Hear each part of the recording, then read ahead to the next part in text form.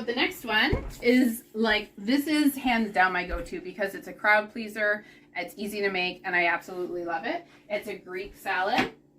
So again, using a lot of the same ingredients. I don't think I'm shredding anymore. Look in my sink so everybody can see it.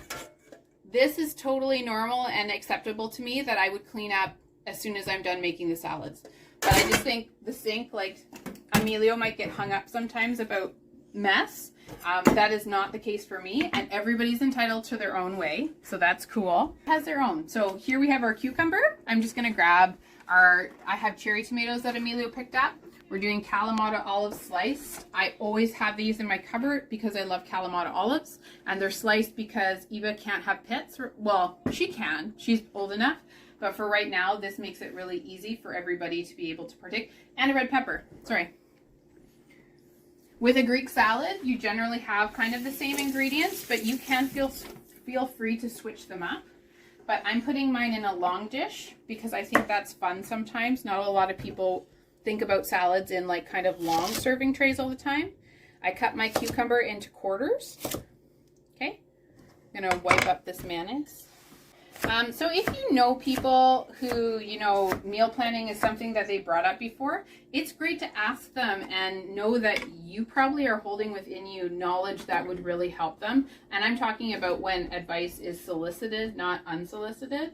But it's super fun to share recipes and cooking. Our one friend posts on Facebook all the time. She has a folder she calls Food on Filbert, and she posts amazing recipes and always shares how difficult they were and or how easy it was, how the family reacted to it. You can use a whole tomato and then cut it up and dice it, but Emilio found cherry tomatoes that are a little bit on the green side. Yeah. But this is what they had, so we were trying to accommodate. So I'm going to do probably about, I think 10 to 15 of them, and then that'll be enough. And again, this is for like 4 adults as like the side dish. Any of these salads you kind of can beef up and make into larger size. The cabbage salad is really good on top of salads.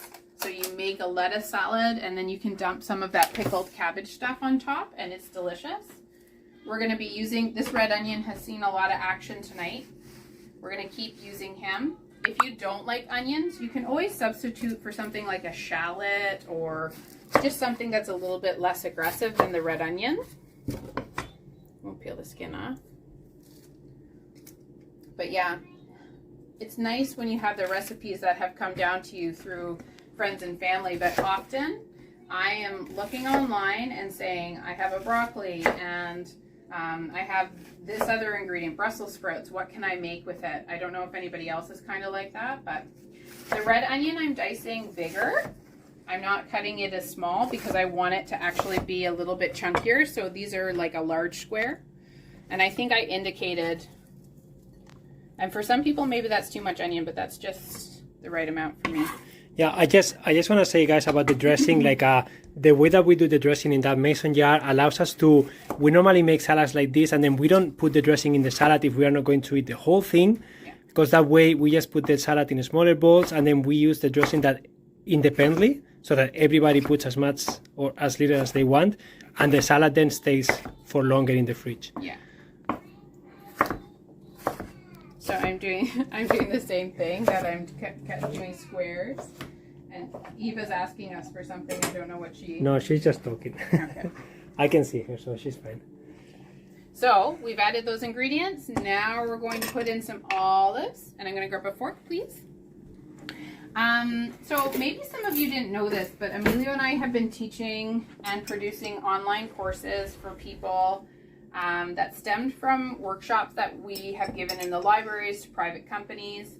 And so you can find us on things like Skillshare, Udemy, Insight Timer, and we're also building our own platform, as I said, called Find Your Vita. So if you are on Instagram or Facebook, we would love it if you liked and subscribed into those channels, because that's where we're going to be operating a lot of our how-to content. We'll still be here under KWPO, but we're really looking at expanding the educational offerings that we have before. So probably I put in olives. It's like personal preference. We like a lot of olives, but I've probably put in about 4 tablespoons of sliced olives. So that's done. And then our almost finished step is the most wonderful feta cheese. And you can buy this already cubed. You can buy this at the market where they have a really nice like goat and cow's feta. But this one is also pretty good. Tres Stella, I think is the name. So I'm just going to cut a chunk and it peels apart. So however you get it, you can cut it into cubes if you want, so that you get kind of a chunk of cheese like this. Or you can crumble with your fingers too, no? Yeah, I personally don't like this. I like crumbles. So that's how I make it. I just crumble it in my hands. I think the cheese kind of spreads over more of the ingredients that way and is a little bit more delicious. Cheese is again a preference, so more or little of it. You can have really good like vegan cashew cheeses and things like that that are great for Greeks because they tend to be on the saltier side. Just gonna wash my hands after. Feta cheese actually makes my hands kind of crack a lot. So I've started to respect my hands a little bit more and clean up.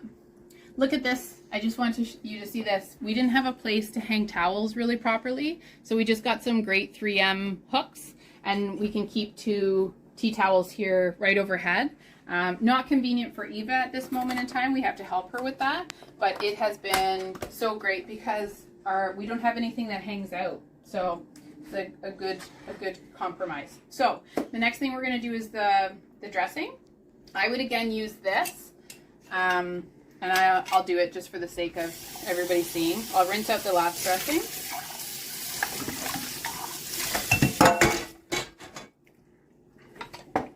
And we're going to do equal parts of our olive oil.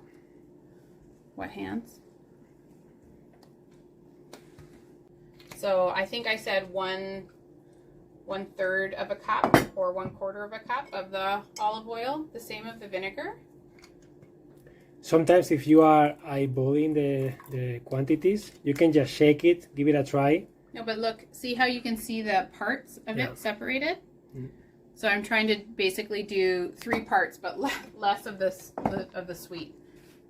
So I'm only going to do about a tablespoon. And again, you can still see it. You can see my maple syrup, vinegar, olive oil. And then I'm going to add in, not celery seeds, basil. I'll do like a full pinch of the herbs into that. Some people don't like herbs in their salad dressing, so in that case, like, just skip this. But for Greek salad, it's nice to have some of that fragrant stuff. And again, if it was summertime, I'd be using what's in my garden. I'm also going to put a pinch of salt. Another way to do salad dressings too is using a magic bullet. Because you can put garlic, you can put ginger, you can put pieces of things, and then the blender will blend everything. And we have ours, like one of these guys. Just another idea. Love blending garlic in it. Never too much garlic. So dressing's done. Pour it over top. Again, this can go in a glass bowl, and this can sit, honestly for me, this can't sit longer than 2 days with the dressing on it because the cucumbers get really soggy. Your peppers, your onions, the tomatoes, they all do really well. But cucumbers, they lose their crispness, and then for me, that's like a loss on the salad. So I can prepare this and not cut up the cucumber, but honestly, this is less than an 8-minute salad, and it's beautiful and delicious, and it just tastes so good. So this is our Greek salad, and this was number 4. So we're on to our last, and we have 10 minutes left, so it's good timing. So many salads in less than an hour. I will cover this afterwards. Yeah, how would you cover it? So I wouldn't cover it, sorry. I would use just the glass container with a Tupperware lid. Yeah. Or I would put it in a Ziploc bag. I'm going to put the cheese away.